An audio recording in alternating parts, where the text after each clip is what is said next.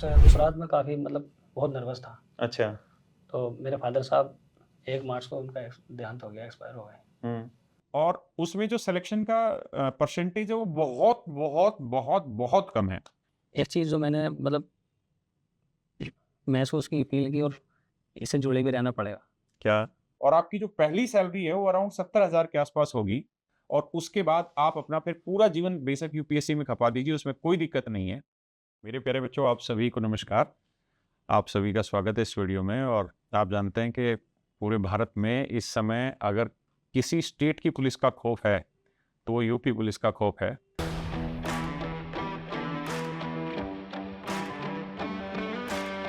योगी बाबा की कृपा से आज हालात ये है कि जितने बड़े से बड़े क्रिमिनल थे यूपी के, वो सारे अदर स्टेट में चले गए और उसका सबसे बड़ा श्रेय जो जाता है वो वहाँ की पुलिस को जाता है। और आज आपको ऐसे ही भोकाल से मिलवाने जा रहे हैं, एक ऐसे बच्चे से मिलवाने जा रहे हैं जिसने बहुत कठिन जर्नी जी। और मज़ा तब आता है जर्नी जीने का जब उसमें आप सफलता पा जाए और फिर कुछ टाइम बाद आपको पता चले कि वो सफलता सुनिश्चित है ही नहीं। फिर आप गिरते हैं और फिर आप धीरे धीरे जाके उस कामयाबी के मुकाम पर पहुंचते हैं। अब मैं मिलवाने जा रहा हूं आपको अब्दुल जब्बार से। ये जब्बार मैंने पहली बार सुना है नाम पीछे। कहाँ का रहने वाला अब्दुल? सर मेरा गिरा जनपद अमरोहा से है। अमरोहा। Yes sir. अच्छा, थोड़ा सा अपना बेसिक बता, हल्का सा एजुकेशन कहाँ से क्या हुई उन चीज़ों का। सर 9 से 12 तक तो मैं हमारे क्षेत्र में सबसे अच्छा स्कूल माना जाता है ASM इंटर कॉलेज खाता, अच्छा। वहीं से मैंने किया है। और ग्रेजुएशन मेरी सर बिजनौर से गुवाहाटी से हुई है। अच्छा, और किस टीम से थी? BSc से सर, PCM से सर। पीसीएम से, गुड। और उसके बाद फिर तैयारी करने की सोची कब? सर सितंबर 2019 में सर मैं मुखर्जी नगर आया था UPSC के लिए। अच्छा, यूपीएससी की तैयारी करने हाँ के सर, लिए। तब 6 महीने कोचिंग की थी मैंने। फिर सर मेरे गले में कुछ दिक्कत हो गई थी। अच्छा। हाँ, तो मेरा ऑपरेशन हुआ, मैं घर चला गया। अच्छा। फिर मार्च में 20 मार्च से लॉकडाउन लग गया था। अच्छा। फिर उसके बाद सर थोड़ी फाइनेंशियल प्रॉब्लम हो गई, फिर वापस आ नहीं पाया मैं। अच्छा, फिर? तो फिर मैंने, मेरा दोस्त है नितिन और रिजवान, 3 दोस्त हैं, साथ में हमने गांव में लाइब्रेरी खोली। खुद की? हाँ, खुद की। और फिर वही हमने ऑनलाइन पढ़ना शुरू किया। अच्छा। फिर सर मैं ग्रुप डी में मेरा और NTPC में फॉर्म डले हुए थे 2019 के। ठीक है। फिर हम उसकी तैयारी कर रहे थे सर। तैयारी करते करते थोड़ा मैथ से मैंने आपका स्पेशल 26 पे मिल लिया था। शायद पहला ही दूसरा बैच था। और मैंने फर्स्ट वीडियो आपकी परसेंटेज की पड़ी हुई थी उस पर यूट्यूब पे। बहुत बढ़िया। वो 6 घंटे की लगभग है। हाँ, 6 घंटे की। उसको देखने के बाद मुझे लगा मैं आपका बैच खरीदूँ, तो मैंने आपका बैच लिया। उसके बाद थोड़ा अच्छा लगने लगा, मैथ में इंटरेस्ट पैदा हो गया। तो फिर 1 अप्रैल को इसका फॉर्म आया था PSI का 2021 में। 2021। ठीक है। और उसमें 2021 में ही पेपर हुआ था मेरा NTPC का। ठीक है। 23 फरवरी को। तो मेरा NTPC में भी हो गया था। अच्छा, सिलेक्शन है। लेकिन हाँ, तो मुझे लगा, मैंने मॉक दिया SI का। और मेरा बैकग्राउंड सर हिंदी मीडियम है, तो हिंदी थोड़ी अच्छी थी। तो मुझे लगा मैं कर लूँगा इसको। बहुत बढ़िया। फिर मैंने सब कुछ छोड़ के फिर मैं UPSI में ही लग गया। और यूपीएससी में एग्जाम कब हुआ था? एग्ज़ाम सर मेरा 14 नवंबर को हुआ था। 2021 को। 2021 को सर, फर्स्ट शिफ्ट थी सर मैं। और फाइनल रिजल्ट कब आ गया था तुम्हारा? फाइनल रिजल्ट सर, मैं PCS का एग्ज़ाम दे रहा था सर। मैं PCS का मेरा एग्ज़ाम था उसी स्कूल में जिसमें मैंने 9th 12th किया है। अच्छा। ASM इंटर कॉलेज में 12 जून को रिजल्ट आया था सर इसका। अच्छा, 12 जून 2022 को। 22 को सर यानी फाइनल सिलेक्शन उस दिन हो गया। सिलेक्शन हो गया सर। ज्वाइनिंग हमारी 2023 में हुई है सर। ज्वाइनिंग 2023 में। तो 22 से 23 में कारण? सर उस बीच में पता नहीं सर, गवर्नमेंट का कुछ प्रक्रिया रही है सर। तो 12 जून 2022 को तेरा सिलेक्शन हुआ है। हाँ, तो रिजल्ट आया था सर, फाइनल रिजल्ट है सर। और मेरे जीवन में ये 12 जून बहुत इंपॉर्टेंट डेट है। मैंने प्रोफेशनली पढ़ाना पहली बार 12 जून को ही शुरू किया था 2012 में। मैंने पहली बार जो ये कोचिंग लाइन ज्वाइन की थी, जो पढ़ाना मैंने शुरू किया था 12 जून 2012 को पढ़ाना शुरू किया था। और मेरा गवर्नमेंट जॉब में भी जो सिलेक्शन हुआ था सबसे पहला, वो भी 12 जून को हुआ। तो मेरे साथ 12 जून की बड़ी अच्छी रही। अच्छा, तो ये बता कि 12 जून को जब रिजल्ट आया तो उस समय तुझे उम्मीद थी कि तेरा सिलेक्शन होगा या नहीं होगा? हाँ सर, मेरा एग्ज़ाम था 14 नवंबर को है। तो उस रात में काफ़ी मतलब बहुत नर्वस था। अच्छा। तो मेरे फादर साहब 1 मार्च को उनका देहांत हो गया, एक्सपायर हो गए। तो मैंने उनको कॉल किया, लखनऊ में पेपर था मेरा। उनके पापा थोड़ा डर सा लग रहा है। तो मुझसे बोले क्या बात बता, क्या बात है? बोला पापा पेपर है सुबह में 7 बजे से, पहली शिफ्ट में ही बहुत ज़्यादा डर लग रहा है। बोले यार एक रात में सरकार चेंज हो जाती है तो सर पेपर नहीं बदला जा रहा। मैं अपने मतलब मेरा जो पढ़ाई का शेड्यूल था पहले से अच्छा था, अच्छा, और हमारे फादर साहब बहुत विश्वास करते थे मुझ पर। ब्रिलियंट। अपनी डिस्ट्रिक्ट में हाई स्कूल में टॉप 10 में था, अरे और इंटर में भी टॉप 10 में था। बेहतरीन। और जो स्कॉलरशिप मिलती थी मेधावी वाली 80,000 रुपये साल की, वो भी मैंने प्राप्त की है। Very good. अच्छा, तेरे फादर साहब काम क्या करते हैं? मेरे पापा पहले उन्होंने लगभग साल भर फौज में नौकरी करी थी सन 76-77 में, बहुत बढ़िया। और उसके बाद वो काफ़ी ज़मीन थी। अच्छा, गाँव में ही हाँ, तो हमारे दादा साहब ने करनी नहीं दी, जमींदारा। तो उनको बुला लिया। अच्छा तो फिर हमारे फादर साहब रेलवे में लगे। अच्छा। हाँ, तो उनके साथ 4-5 लोग थे, तो उनके साथ 2-3 लोगों को मार दिया था। ऐसा अमरोहा से, अमरोहा ड्यूटी थी इनकी, तो वहाँ से ये पैदल आते थे, ये कभी कभार रिक्शा मिल जाता था, समझ गया। तो इनके साथ के 2 का कत्ल कर दिया था। कब की बात है? बहुत पुरानी बात है। हाँ, सन 80 के करीब थी। तो फादर साहब ने वो भी छोड़ दी, और उसके बाद खेती करने लगे। खेती करने लगे। हाँ, एक दुकान है हमारे परचून की काफ़ी टाइम से ही, और उसको चलाते थे आप। ब्रिलियंट। और ये कितनी बड़ी चीज़ तेरे फादर ने कहा कि एक दिन में सरकार बदल जाती है, जैसे एक पेपर नहीं पढ़ रहा है। भाषा क्या थी वो अपनी देसी में जो उन्होंने बोला वो बता। हाँ, यही बोले थे कि यार वो तेरे वाली भाषा वही हाँ, के। मुझे मुझे मतलब मैं उनसे बहुत फ्रेंडली रहता था अपने पास। अच्छा, कितने भाई बहन और तुम? हम 5 भाई हैं साहब, चलो, और मैं सबसे छोटा हूँ। तभी फ्रेंडली रह पाता है। हाँ, बहुत फ्रेंडली थी मुझे लेकर वो, हाँ, बिल्कुल ओपन बात करते थे। फिर बात करते। अच्छा, तो फिर जब तेरा रिजल्ट आया तो फिर परिवार में क्या था एक्सप्रेशन? पापा तो पहले से ही खुश थे जब मैंने उनको नंबर बताए। जब आंसर की आई थी 10 जनवरी को हमारी आंसर की आई थी, तो मेरे 138 क्वेश्चन ठीक थे, 160%, और 2 क्वेश्चन लेफ्ट हो गए, 136 बैठे थे। तो पापा बोले तेरा हो जाएगा, टेंशन ना ले, अपना सेहत पर ध्यान रख, खा पी आराम से। तो मैं मतलब क्लियर तो पहले से ही था, क्या हो जाएगा? लेकिन ये है यूपी में थोड़ा स्कैम वगैरह चल जाता है, तो उससे डर लगता है। बिल्कुल, इस समय नीट स्कैम भी चला हुआ है। हाँ, इस यूपी बार में पहले था। लेकिन हाँ, गवर्नमेंट ने बहुत अच्छे से इसको टैकल किया। मेरा इंटरव्यू भी हुआ लखनऊ में। अच्छा, हाँ, लखनऊ में इंटरव्यू हुआ था, डीजीपी सर थे और काफ़ी लोग थे। तो इंटरव्यू में कोई खास चीज जो तुझे लग रहा है जो अलग पूछी गई हो? नहीं, वाकई से? उन्होंने बोला कि आपने इतने क्वेश्चन किए हैं, तो मेरे से तो बहुत फ्रेंडली बात कर रहे थे, और विदाउट वर्दी में थे सब वो भी सर। ठीक ठीक। हाँ, तो बोले कि बेटा बताओ, आपने इतने क्वेश्चन किए हैं, आपसे हम कुछ पूछे तो बता दोगे? तो बोला सर बिल्कुल बता दूंगा सर। तो जो मेरा एग्ज़ाम हुआ था, उन्होंने एक क्वेश्चन मैंने 16 सेकंड में कर रखा था, तो उसमें टाइमिंग वगैरह दिखा रहे अच्छा, उनके पास सारे डाटा थे उस समय जब इंटरव्यू ले रहे थे? लैपटॉप पे दिखा रहे थे। बोले कि इस सवाल को आपने किया है बहुत कम समय में, मैथ का क्वेश्चन था सीआई का, तो वो बोले कि आप इसको करो, उसके ऑप्शन हटा दिए थे, तो मैंने वो उसको कर दिया। मुझसे बोले ठीक है, अच्छा है। फिर मुझसे पॉलिटिकल क्वेश्चन पूछा, बताओ बेटा जीएस कुछ पूछे? हाँ सर बताओ। बोले बताओ आर्टिकल 145 क्या है? मैंने बता दिया साहब, इस पर इस तरह का प्रोविज़न है। तो बोले ठीक है जाओ आप शाम को 4 बजे आना। अच्छा, रनिंग के लिए, और बराबर में एक सहायक आर्टिस्ट बैठे थे, वो हरकतों को देख रहे थे एक एक चीज। हम 40 लड़के बुलाए थे इंटरव्यू के लिए। 40 लड़कों में 2 लड़के फ्रॉड थे। अच्छा। हाँ, एक लखीमपुर खीरी का लड़का था, मैं मतलब हम 2 मोमदन लड़के थे। फैजान नाम था उसका, लखीमपुर खीरी का, तो उसका दूसरा नंबर था, मेरा 11वां नंबर था, अच्छा, और वो फ्रॉड निकला। फिर डायरेक्ट मुझे बुलाया 11वें नंबर पे। 2 के बाद सीधा 11। बोला तुझे पार हुआ। हाँ, ये फ्रॉड निकलेगा बोले। फिर मैं गया अंदर। हाँ, अंदर जाने के बाद उन्होंने बहुत अच्छे से कोऑपरेट किया, अच्छा। बेटा करके बात कर रहे थे। मतलब बाहर बहुत जितना डर लग रहा था, हाँ, उतना अंदर नहीं पड़ा। अंदर वो बिल्कुल नहीं लगा। और वो होता भी है तो एट ए इंस्टेंट होता है, फिर वो खत्म हो जाता है। हाँ, खत्म हो गया था वो। और बिल्कुल ठीक बात है। हाँ, ये उनका माइंड प्रोसेस कर रहा होगा कि इसी को बुलाते हैं, भाई ये मुस्लिम है तो इसने भी किया होगा, उसने किया है तो। ऐसा है। और सर जो फ्रॉड थे वो होती है। पहले ही रोने लगते थे वो। अच्छा, इंटरव्यू जाने से पहले ही पता चल जाता? हमारी जब ट्रेनिंग चल रही थी गोरखपुर में, उसमें भी कई बार हमें चेकिंग किया गया। चेकिंग मतलब? बायोमेट्रिक की गई हमारी, कहीं फ्रॉड तो नहीं है। तो कुछ मिले ट्रेनिंग में भी? ट्रेनिंग में तो लड़का मिला था शायद किसी अदर सेंटर पे, 11 सेंटर पर ट्रेनिंग चल रही थी, मिले थे, भागे थे वहाँ से वो। हाँ, छोड़ के भाग गया। हाँ, बहुत ही मतलब बहुत अच्छे से जांच की थी उन्होंने। हाँ, ऑथेंटिक होंगे तभी वो काम करेंगे।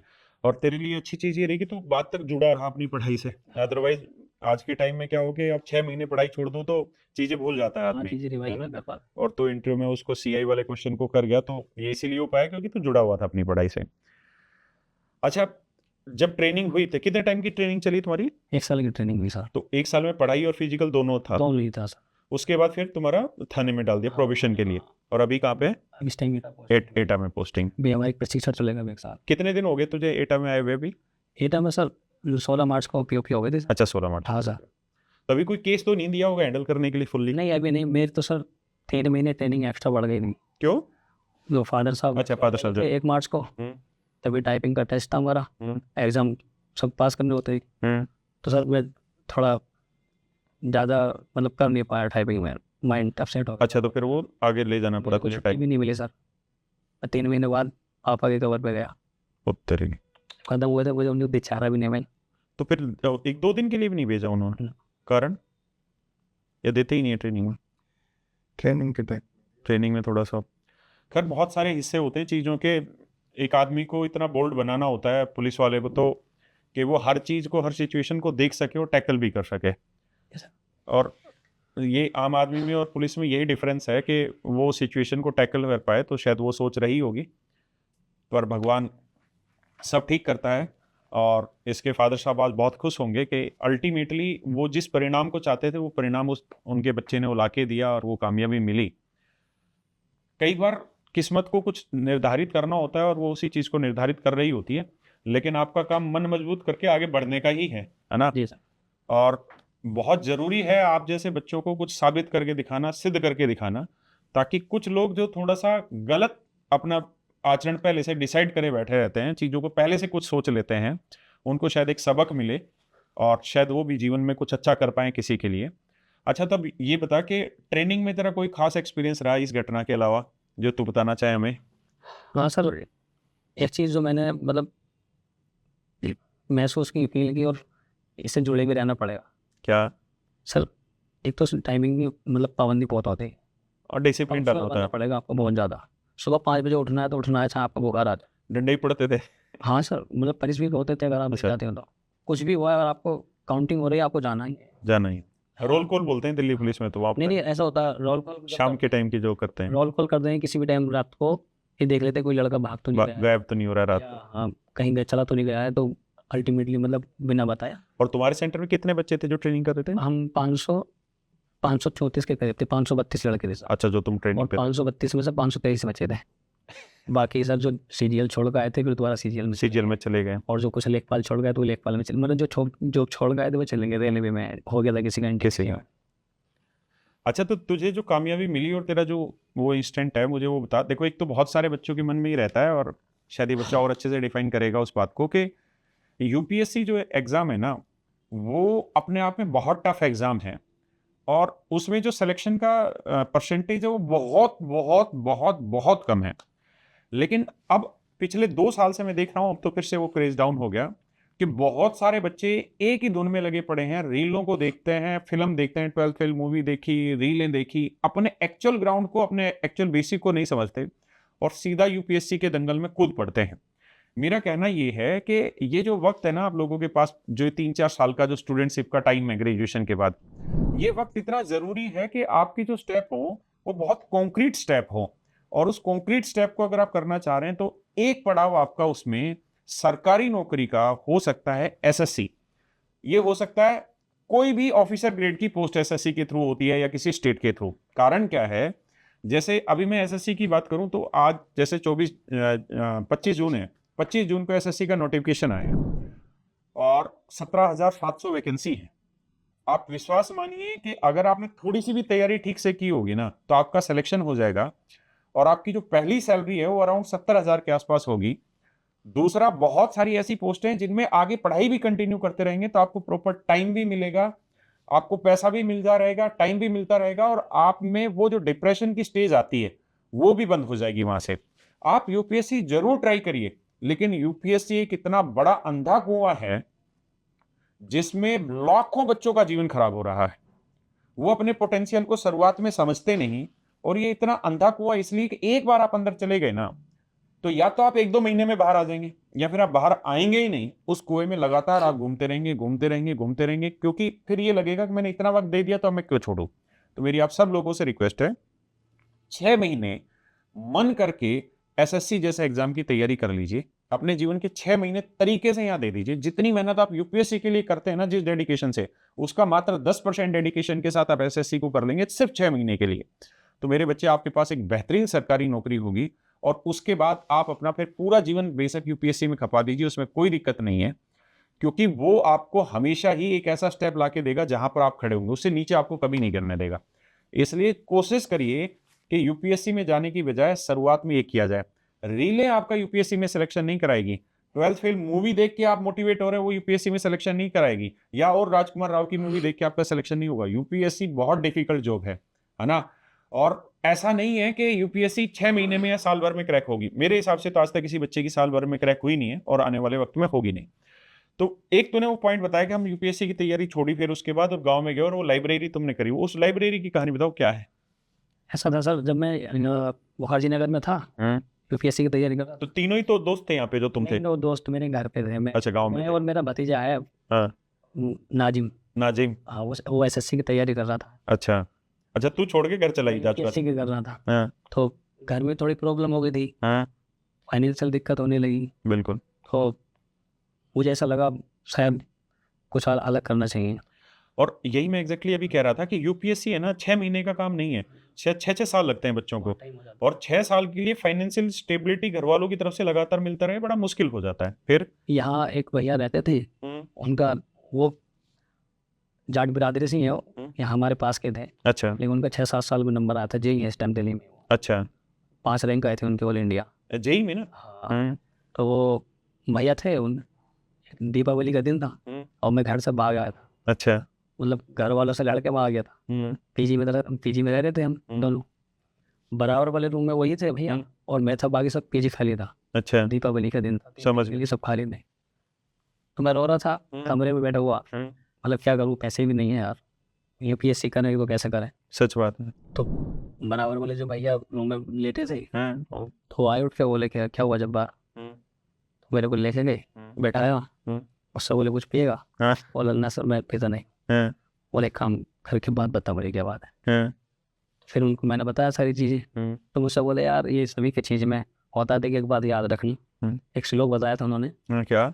काक चेष्टा वको ध्यानम सौन निंद्रा तदिन से अल्पहारी गृह त्यागी विद्यार्थी पंच लक्षण। इसका अर्थ भी समझा दें। क्या बोला कि काक चेष्टा, कोई जैसी चेष्टा होनी चाहिए, वको ध्यानम, बगले जैसा ध्यान करने वाला होना चाहिए। यदि अगर बगला भूखा है और उससे सारा दिन पूरा दिन अगर एक टांग पर खड़ा रहना पड़ा अपने से नहीं खड़ा होगा खाने के लिए, तो खड़ा रहेगा, खड़ा होगा।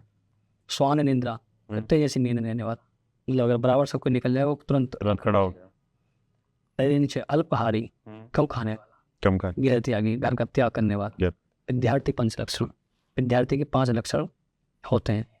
इसमें एक भी लक्षण अगर नहीं है तो वो विद्यार्थी नहीं है और रास्ते से अलग है। सच बात है। बोले कि एक काम कर, देख अगर तेरा सपने यूपीएससी का है तो उसके लिए तो सीढ़ी लगा, डायरेक्ट मत चढ़, चोट लग जाएगी। चोट लग जाए। तो वो जॉब ढूंढ, बहुत सारी ऐसी जॉब है, वो जॉब ढूंढ जो तेरा माइंड ये बोल दे कि मैं इसको कैप्चर कर लूँगा एकदम, साल भर में या 2 साल के अंदर अंदर मैं इसको कर लूँगा। तेरा फिर फैमिली से कनेक्शन थोड़ा दूर हो जाएगा, अपने पे रहने लगेगा, सेल्फ डिपेंड हो जाएगा। सच बात है। तो फिर मुझे लगा कि हाँ मेरा ग्रुप डी में एनटीपीसी में डला हुआ था, फॉर्म तो यार 19 में निकली थी भर्ती। 12th से डला हुआ था, मेरे ग्रेजुएशन हुई नहीं थी उस टाइम। मैं उसका था मैं ग्रुप डी की तैयारी कर लूँगा, मैं अपने रेलवे में लग जाऊँगा। तो मेरा जो भतीजा है नाजिम, मुझसे 2 साल बड़ा है, मेरा फुफेरा भैया है, अच्छा, एक लड़का है वो, उसका मैथ है, बहुत अच्छा मैथ था उसका। अच्छा। तो वो जब चला जाता था पढ़ने के लिए, जीटी नगर जाता था क्लास लेने के लिए, तो मैं उसकी किताब पढ़ता था और उससे क्वेश्चन लिख के मुझसे पूछ लेता था। अच्छा, मैथ के। समझ गया। तो मुझे ऐसा लगा ऐसा होगा नहीं। ठीक जब ग्रुप डी का पेपर आया, मैं बीमार पड़ गया, कोई पेपर देने नहीं गया। अच्छा। बहुत बुखार आ गया था मुझे, और अगले ग्रुप डी के पेपर में मैं सिलेक्ट हो गया, इसलिए मैंने वैसे नहीं दिया। तो फिर उसके बाद ऐसी घर चला गया था मैं। और फिर लाइब्रेरी की कैसे सूझी वहाँ? लाइब्रेरी का क्या हुआ, हम अमरोहा में पढ़ रहे थे, अमरोहा में एक लाइब्रेरी, मैं मेरा दोस्त है नितिन, उसका सिलेक्शन हो गया है उसमें एनटीपीसी में। ब्रिलियंट। और तीसरा दोस्त है मेरा रिजवान, वो फाइनेंशियली बहुत अच्छा है घर से, हम दोनों को मुकाबले। ठीक है। तो हम तीनों पढ़ रहे थे, पहले दिन गए, अच्छा लगा, दूसरे दिन के लाइट पार्क की लाइब्रेरी बोले कि कल आना, अब दूसरे दिन के बोले कल आना। 3 दिन हो गए, हमारा पेपर नज़दीक आ रहा था एनटीपीसी का। बिल्कुल। 23 जनवरी को मेरा पेपर था और लगभग 12-13 जनवरी की बात थी वो, बोला यार मुझे रिवीजन करना है मैं तुम्हें। तो रिजवान बोला रिजवान की जगह है रोड के बराबर में जो ऑन रोड जो दिल्ली वाला रोड है। समझ गया। तो बोले कि यहीं पे ही हम तुम लगा लेते हैं। हमने पटले लगा लिए वहाँ पे, पटले लगा के पढ़ने लगे तीनों ही। फिर हमें एक आइडिया आया, मैंने कहा पटले लगा में अगर पैसा हो थोड़ा बहुत तो लाइब्रेरी बढ़ाओ, ले ही लें जिस तैसे करके तो धंधा भी खुल जाएगा। कर लिया। तो रिजवान बोला कि इसको मैं ही करा दूंगा। अच्छा, उसके भैया फर्नीचर का काम करते हैं, उसके भैया ने सब फर्नीचर लगा दिया। मेरे भैया लाइट का काम करते हैं, मेरे भैया ने उसमें लाइट फिटिंग कर दी। बहुत सॉलिड। हाँ, अब फिर ऐसे ही पढ़ने लगे। हम बोले लड़के आए ना आए हम अपने आप पढ़ जाएंगे। तो तीनों का सिलेक्शन हो गया क्या? अब तीसरा रह गया, धोखा हो गया हमारा। अच्छा, तीसरा भी कंटिन्यू कर रहा है। लाइब्रेरी है सनराइज लाइब्रेरी के नाम। सनराइज। सनराइज, हाँ। उसमें लड़के अब इस टाइम जो है कि अंदर लगभग 8-10 लाइब्रेरियाँ हैं। हमारी लाइब्रेरी से हर साल 3-4 सिलेक्शन होते हैं। Sunrise library. Sunrise library. और कम बच्चे भी काफ़ी आते हैं, 60+ बच्चे आते हैं। सर, पहली चीज़ तो ये कि तेरी लाइब्रेरी में मैं खुद आऊँगा और जितने बच्चे पढ़ते हैं सबके लिए ऑनलाइन फ्री करेंगे हम क्लासेस। Thank you sir. ठीक है, तो टाइम बता दियो, डेट बताइयो, मैं खड़ा मिलूंगा और सबके साथ आऊँगा। ठीक है। और ऐसी मोटिवेशनल स्टोरी तो मतलब गजब की है। और जिन बच्चों के पास भी ऐसा सामर्थ्य है, देखो यार, आने वाले टाइम में ये मैं उन बच्चों से बात कर रहा हूँ ऐसों से जिनका सिलेक्शन हो गया और जो सरकारी तनख्वाह ले रहे हैं आज के टाइम में। देखो एक बात आप मान के चलो, अब ऑफलाइन का जमाना चला गया कि ऑफलाइन कोचिंग लो और आप 6-6 महीने वहां बैठो, टाइम खराब करो। अब शायद वो जमाना नहीं रहा और उतना पैसा भी आपको खराब करने की जरूरत नहीं है। लेकिन अगर आप सच मायने में समाज के लिए कुछ करना चाहते हैं और आपके पास पैसा है, तो आज के समय में एक ही सबसे बड़ा धर्म है बच्चे के लिए, लाइब्रेरी खोल दो। थोड़ा कम फीस कर दो या फीस उतनी रखो, सुविधाएं बढ़िया कर दो, क्योंकि लाइब्रेरी ही बच्चों के लिए मंदिर, मस्जिद और गुरुद्वारा है। बच्चे को ऑनलाइन में सब कुछ मिल रहा है, बढ़िया टीचर मिल रहे हैं, सस्ती एजुकेशन मिल रही है, सब कुछ। बस एक ही चीज नहीं मिल रही, माहौल। और वो माहौल मिलेगा कहाँ से? लाइब्रेरी से। तो जो ऐसे बच्चे हैं जो अपने स्ट्रगल को जानते हैं, उनको ऐसा काम करना चाहिए और लाइब्रेरी खोलनी चाहिए और बच्चों को भी रास्ता दिखाना चाहिए। तो यार तेरे को इस चीज के लिए तो बहुत बहुत कॉन्ग्रेचुलेशन। और तेरी जिस दिन छुट्टी हो तो मुझे बताइए, मैं 500% वहां पे आऊंगा और उन बच्चों के लिए हम पूरी फ्री व्यवस्था रखेंगे। और आगे भी ऐसा कोई मतलब कोई मिले दोस्त जिसके पास कुछ पैसा हो, तो अब ये काम बहुत जरूरी है आने वाले टाइम के लिए, है ना। आने वाले 20 साल के लिए लाइब्रेरी बच्चे के लिए स्कूल से, कॉलेज से ज्यादा जरूरी है। क्योंकि अब अगर हम आज की हालत देखें तो बच्चा कॉलेज में भी जा नहीं रहा है, क्योंकि उसको पढ़ने में जो ऑनलाइन मजा आएगा वो कॉलेज में टाइम खराब करने में होगा ही नहीं उसको। तो एक ही चीज की कमी है, माहौल की, और वो माहौल सिर्फ और सिर्फ लाइब्रेरी दे सकती है। तो इस काम के लिए तो मेरा दिल बड़ा खुश है और मुझे बड़ा अच्छा लगा ये सुन के कि इन 3 बच्चों ने लाइब्रेरी खोली। और अभी कितने बच्चे? 60 बच्चे? 60+ बच्चे। 60+ बच्चे। तो तुमने एसी लगाया या नहीं लगाया? एसी हैं सब, 2 एसी लगा रखे। तो एसी लगा के बढ़िया चीज है, मजबूत। मैं जब से गया हूँ मैं भी उसमें थोड़ा उसको करता रहता हूँ। करते रहो, बहुत जरूरी है। तीसरा दोस्त है वो है वहाँ पे, लेकिन उसको थोड़े दिन के लिए बोलो कि सिर्फ पढ़ाई पे ध्यान दे ना। उसका एलपी में उसकी तैयारी अच्छी चल रही है। एलपी का उसका टेक्नीशियन का भर्ती निकली हुई है, उसी की तैयारी चल रही है। बेहतरीन।